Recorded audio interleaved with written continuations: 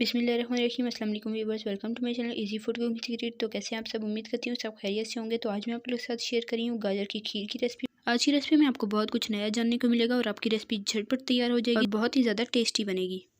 तो आपने रेसिपी को एंड तक देखना है। अगर चैनल पर हैं तो चैनल को सब्सक्राइब कर लें। तो चलें रेसिपी स्टार्ट करते हैं। बिस्मिल्लाहिर्रहमानिर्रहीम। तो गाजर की मज़ेदार सी खीर बनाने के लिए ये चाहिए होंगे चावल मैंने लिए हैं आधा कप और इन्हें मैंने अच्छे से धो लिया है। और ये टोटा चावल हैं, आप कोई से भी चावल ले सकते हैं। तो इन्हें अपने अच्छे से 3 से 4 बार साफ़ पानी से धो लेना है। और उसके बाद हम एक ग्राइंडर जार लेंगे और इसमें हम ये धुले हुए चावल शामिल कर देंगे। और चावलों को हमने दरदरा ग्राइंड करना है, बिल्कुल फाइन ग्राइंड आपने नहीं करना, हल्का सा दरदरा ग्राइंड करेंगे। तो ये देखें चावल अच्छे से ग्राइंड हो चुके हैं। मैंने इसे एक बाउल में डाल दिया था। ये आप देख सकते हैं इस तरीके से मैंने दरदरा ही रखा है। चावलों को आपने दरदरा ही ग्राइंड करना है, बिल्कुल भी इससे बारीक नहीं पीसना, तभी जो हमारी खीर का टेस्ट है वो बहुत ही मज़ेदार आएगा। तो चलते हैं अब रेसिपी की तरफ चलते हैं। तो बिस्मिल्लाहिर्रहमानिर्रहीम। यहाँ पर मैंने लिया है एक पैन और इसमें शामिल कर देंगे दूध। ये मैंने 2 लीटर लिया है और दूध आपका फुल ऑफ फैट होना चाहिए, फुल ऑफ क्रीम होना चाहिए। तो मिल्क शामिल करने के बाद फ्लेम को आपने ऑन कर देना है। तो ये रेसिपी मैं 2 लीटर दूध से बना रही हूँ। अगर आप ज़्यादा मिकदार में बनाना चाहते हैं तो आप सारे इंग्रेडिएंट की मिकदार डबल कर सकते हैं। तो दूध शामिल करने के बाद मैं इसमें शामिल कर दूँगी चावल, जिनको हमने ग्राइंड करके रखा था दरदरा। तो ये सारे चावल हम इसमें शामिल कर देंगे।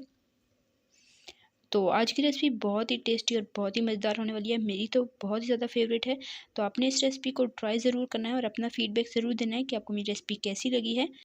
तो इसे अच्छे से मिक्स करके साथ हम इसमें शामिल कर देंगे कद्दूकश की हुई गाजरें। ये 3 अदद दरमियाने साइज़ की गाजरें थी। इसे मैंने अच्छे से धोकर छील कर मैंने इसे ग्रेट कर लिया है। और उसके बाद हम इसे अच्छे से एक बार मिक्स कर लेंगे और इसे हाई फ्लेम पर 3 से 4 मिनट के लिए पकने देंगे।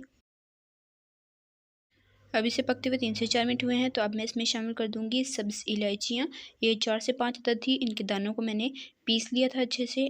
तो ये सारी इसमें शामिल कर देंगे और इसे अच्छे से एक बार मिक्स कर लेंगे। अब हाई फ्लेम पर इसे ढककर उबाल आने का वेट करते हैं।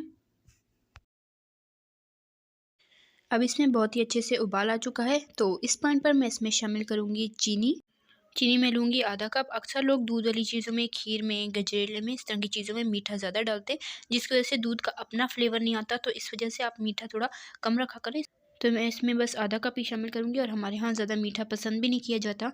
तो चीनी शामिल करने के बाद इसे अच्छे से हम पकने देंगे मीडियम टू लो फ्लेम पर 3 से 4 मिनट के लिए। चम्मच आपने चलाते रहना है ताकि ये नीचे लगे नहीं, वरना इसका टेस्ट ख़राब हो जाएगा। तो इसे 3 से 4 मिनट हो चुके हैं पकते हुए। तो अब मैं इसमें शामिल कर दूँगी केवड़ा वाटर। 1 टीस्पून केवड़ा वाटर है ये, तो 1 टीस्पून शामिल कर रही हूँ। अगर आप केवड़ा एसेंस शामिल करेंगे तो सिर्फ़ और सिर्फ़ आपने इसके 2 कतरे शामिल करने हैं, इससे ज़्यादा आपने नहीं शामिल करना, वरना आपकी रेसिपी का टेस्ट ख़राब हो जाएगा। तो केवड़ा वाटर से इसमें बहुत ही अच्छी खुशबू आएगी, बहुत ही अच्छा टेस्ट आएगा, बिल्कुल बाज़ार के जैसा। तो आपके पास हो तो आप इसमें ज़रूर शामिल कीजिएगा। तो आप बिल्कुल लो फ्लेम पर 10 से 15 मिनट के लिए खीर को अच्छे से पकने देंगे। लो फ्लेम होगी तो खीर का कलर भी बहुत ही अच्छा आएगा। अब हमारी खीर को पकते हुए 15 मिनट हो चुके हैं और खीर का कलर भी आप देख सकते हैं माशाल्लाह से बहुत ही खूबसूरत आया है।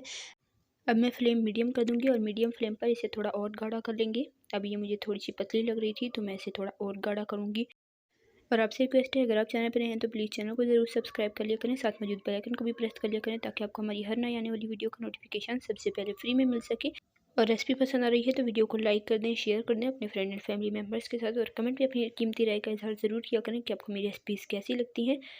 अब हमारी खीर को पकते हुए 5 मिनट और हो चुके हैं और हमारी खीर काफ़ी अच्छे से गाढ़ी हो चुकी है। अब ये ठंडी होगी तो मज़ीद गाढ़ी हो जाएगी। तो अब मैं फ्लेम ऑफ कर देती हूँ और इसे ठंडा करके डिश आउट करती हूँ और आपको दिखाती हूँ इसकी फ़ाइनल लुक। तो फ़ाइनल लुक बहुत ही मज़ेदार होगी इंशाल्लाह।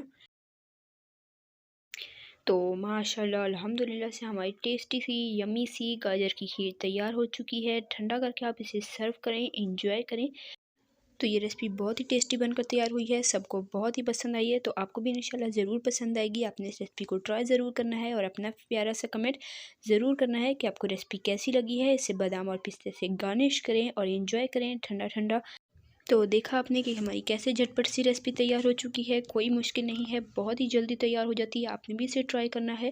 और अगर चैनल को सब्सक्राइब नहीं किया तो चैनल को प्लीज़ सब्सक्राइब कर लें। वीडियो पसंद आई है तो लाइक कर लें, शेयर कर दें अपने फ्रेंड एंड फैमिली मेम्बर्स के साथ, ताकि जिसको भी इस तरह की रेसिपीज़ की ज़रूरत हो उस तक आसानी से पहुँच सके। और टेस्टी यमी रेसिपीज़ के लिए, ईजी रेसिपीज़ के लिए, डेजर्ट रेसिपीज़ के लिए, बिरयानी रेसिपीज़ के लिए, बीफ रेसिपीज़ के लिए, रमज़ान स्पेशल रेसिपीज़ के लिए मेरे चैनल के वीडियो सेक्शन में जाएँ। आपको हर तरह की मज़ेदार सी रेसिपीज़ मिल जाएंगी। और गाजर के हलवे की रेसिपी भी मेरे चैनल पर अपलोड है, अगर आपने नहीं देखी तो ज़रूर देखिएगा। तो इंशाल्लाह फिर मिलेंगे नेक्स्ट रेसिपी में। तब तक के लिए अल्लाह हाफ़िज़। अपना रखिएगा बहुत सारा ख्याल, दुआ में याद रखिएगा और मज़ेदार सी रेसिपीज़ ट्राई करते रहें। इंशाल्लाह फिर मिलूँगी एक मज़ेदार सी रेसिपी के साथ। तब तक के लिए अल्लाह हाफ़िज़।